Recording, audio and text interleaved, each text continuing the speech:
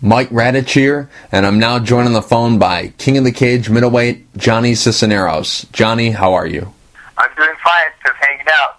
Johnny, you got a fight coming up December 20th at King of the Cage Vigilante. How's training been going for the fight? It's going good, man. Today was my last hard day of training, and can't wait to get it over with. Thursday can't come any sooner. You're training out of Joker's MMA or Joker's and Lightning. I don't really know how it works, what the name is, but you're training under James Wilkes and Mike Guyman, I know that. Talk a little bit about the training you're getting and what's it like working with those guys. It's great, man. They're like my big brothers, you know. They took me under their wing, you know, and I've been training with them hard for a while, working my ground, my wrestling, you know, and they're nothing but, you know, they're really great guys. You know, they take care of me. They listen to me when, you know, I need to talk. You know, they help me out with you know, stuff inside the gym, you know, outside in the world, you know, and then I have nothing but great things to say about them. They're great guys. I'm lucky to have them. I'm lucky to have them in my corner. Will they both be in your corner for this fight? Yeah, I'm gonna have Mike Joker Guyman in the corner, James Lightning Wilkes, Mike Parsons, the cut man, and my manager Brian Yoshino. And who else do you train with out there? Who are some other guys, not your coaches, but just sparring partners? We have a small circle. You know, we have a Jay Silva's been coming in to train with us. You know, I'm getting. We don't have really that many big name profiles with us, you know, but you know, just being able to train with Joker and James, that's a handful right there in itself, you know. I bounce from gym to gym, you know, get my sparring in here and there, you know. I guess it's better for me like that because, you know, not too many people know what my game is. You know, the more people you train with, you know, the more people know what you can do, you know. So, you know, it's kind of some ninja top secret stuff, I guess you could say. I see. And are you originally one of Mike Guyman's students, or are you one of James Wilkes' students? Because when they merged, everyone was together. You know, whose student are you originally?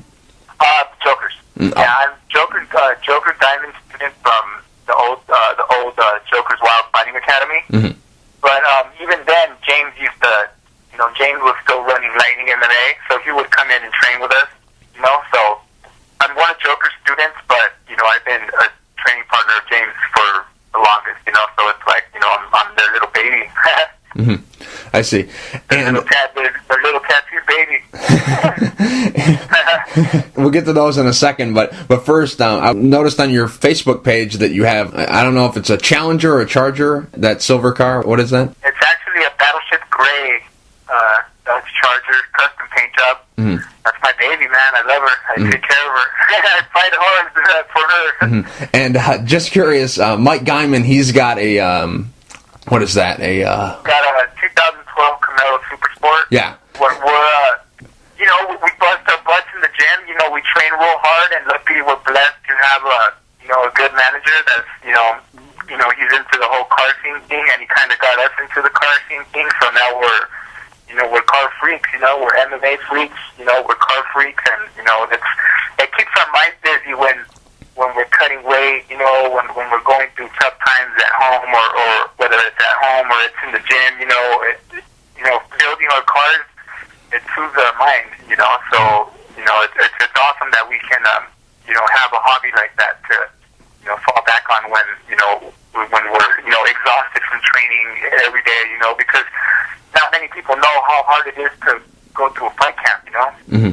A lot of people train, but, you know, fight camp, you know, it's a whole different thing, you know. I love training itself, but, you know, fight camps, like, it can get pretty brutal sometimes, you know. I see. How many times have you raced against Mike? I wouldn't even go there, man. His car's a beast. Yeah, his car's probably pushing, I'm not positive, but I'm sure it's pushing well over 600 horsepower. He's you know, he's got it, you know, supercharged. He's got all the photons, all the bells and whistles, you know. I'm still getting there, you know. So yeah, mine's probably a quarter of what his is. His is crazy fast. But is it something that in the future you might want to do? Oh yeah, I'm just waiting for that. I'm just waiting for that supercharger company to hit me up and say, "Hey man, we'd like to sponsor you," and I'm jumping all over it. They haven't came knocking yet, but if you're out there, give me a call. Now, you mentioned your tattoos, or as you like to call them, your award-winning tattoos. How many do you have? That's a good question. I tried counting them once, and I think I couldn't go on. Some of them are big, some of them are small. You know, I'm pretty much covered from the waist up to my neck, with a few spots around my lower waistline, because my buddies that tattoo me are kind of scared to tattoo me down there. They get nervous. And you know, I have a quarter leg on. I have a quarter sleeve on my leg. You know, quarter leg sleeve, and then I have some on my thighs. You know, it's hard to get. I haven't been tattooed in a while. It's getting hard because I'm training so much. I'm fighting. You know, I'm fighting every 2 months almost. It seems like, and I can't afford to take a week off to let a tattoo heal. You know, because I just want to keep. You know, smashing. I want to keep going and going and going. You know, I want to get up to the top. And right now, I feel like I have a lot of momentum. So you know, I don't want to take any breaks. You know, a lot of my you know, being part of selling clothing. You know, I get to meet and I get to work. You know, be alongside. You know, I guess you could say the best tattoo artist in Southern California. You know, and we also have the best tattoo artists that are spread out, probably in your area too. I think you're from Michigan, right? Right. Yeah, so we got a couple artists out there. We got Bob Terrell in Detroit, Michigan, you know, and these guys are awesome. You know, that I call them their award-winning tattoos. You know, when I used to compete, they used to take me to tattoo conventions, and I would compete, and we would just rack up those trophies. You know, so you know, I've been in tattoo magazines. You know, I've been in 3 or 4 tattoo magazines. You know, so. You know, I'm gonna call it like it is, and I'm gonna call them award-winning tattoos because they're masterpieces. What these guys put on skin is just crazy. It's really, really crazy. If you guys get a chance to check it out, man, check out our website, sellingclothing.com. You guys will see some sick artwork, you know? Ink Masters, the show on Spike TV, would you be interested in being one of the human canvases? Oh, yeah, for sure. My brother-in-law, he probably did like maybe 85 to 90% of all my tattoos, because his name is Big Gus, and he's part of Tattoo Nightmares on Spike TV.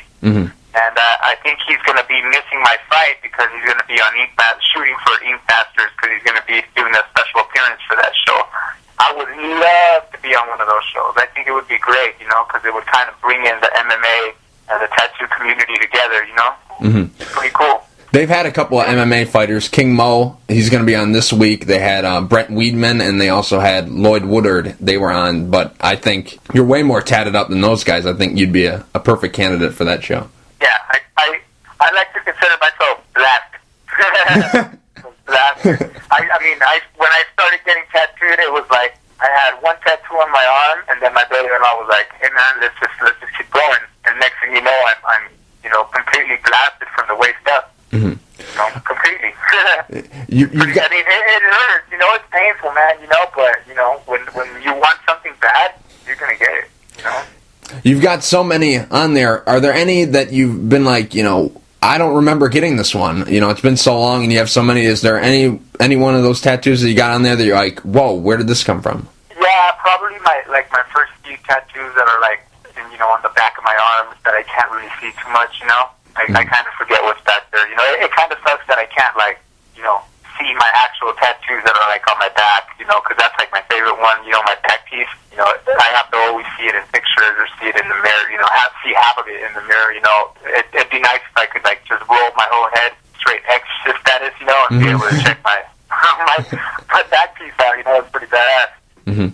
Now, let's go back a little bit. Let's go back to your last fight against Brandon Hunt at King of the Cage Gun Show back in October. You won the fight by unanimous decision. How'd you feel about your performance in the fight? I felt great. I felt great. Brandon's a great guy. You know, I felt strong. I felt like my cardio was there. I would have liked to get the finish, but, you know, it is what it is, man. Brandon's tough. Super tough, you know, and you know, I'm happy to just have been able to win, you know, take that W home, you know. Brandon's a legit guy, you know, and you know, I trained hard for that fight, and I'm glad I took it, you know. I knew that I wanted that W, and I went for it, you know, full speed ahead. You're known for knocking guys out. You're known for throwing a lot of hands. That fight, you went to a lot more wrestling. Was that the game plan going into the fight, to wrestle a lot more? Well, now, I think, like, in the beginning of my MMA career, like, I was excited. I'm like, yeah, man, I'm going to throw hands all the time, and then in my mind, it's like spar, spar, spar. All the time it's spar, Well, what are you going to do when people start taking you down, So then, people start taking you down in training, so, I'm like, okay, we need to fix that, And then, what are you going to do when you do get taken down? Well, okay, we got to start working on some jiu-jitsu. So, I make jiu-jitsu and wrestling my main focus. Now it's like my hands are like, if I have to go back to my hands, and I know I have hands, but I want to keep winning, and unfortunately, if you have to take somebody down and ground and pound them, then that's what you got to do. It ain't always about the knockout. I try to put on exciting fights, whether it's on the feet or it's on the ground. I try to make it really exciting. I always go for the finish. But I think it's better to be well-rounded, than to just be good at one thing. And that's my main thing, is like I want to be well-rounded, so I focus all my time that I have. I focus it on my jiu-jitsu and my wrestling. You're 7-0 in your pro career. A lot of finishes in there. Do you worry about suffering a loss at all, or does that never even enter your mind? Because there's so many ways to win and lose in an MMA fight. Does it ever enter your mind at any point?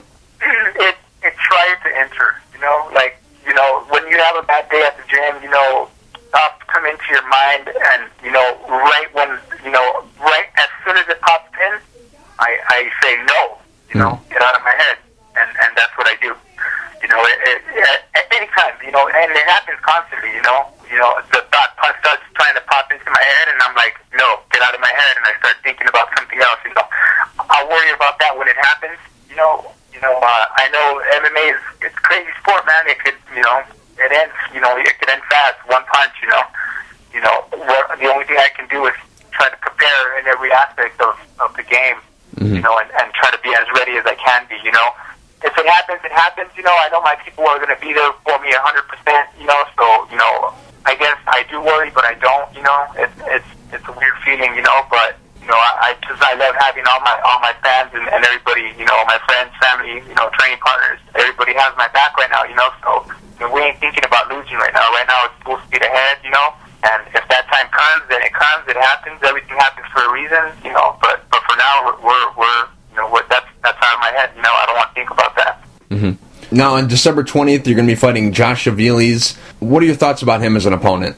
I know he's a good striker. I know he's a tough dude, and he's been on a good winning streak, but, I have to feed my family, MMA is my ticket for my family to be proud of me, because I used to be, kind of a little bit of a screw up before when I was younger, so,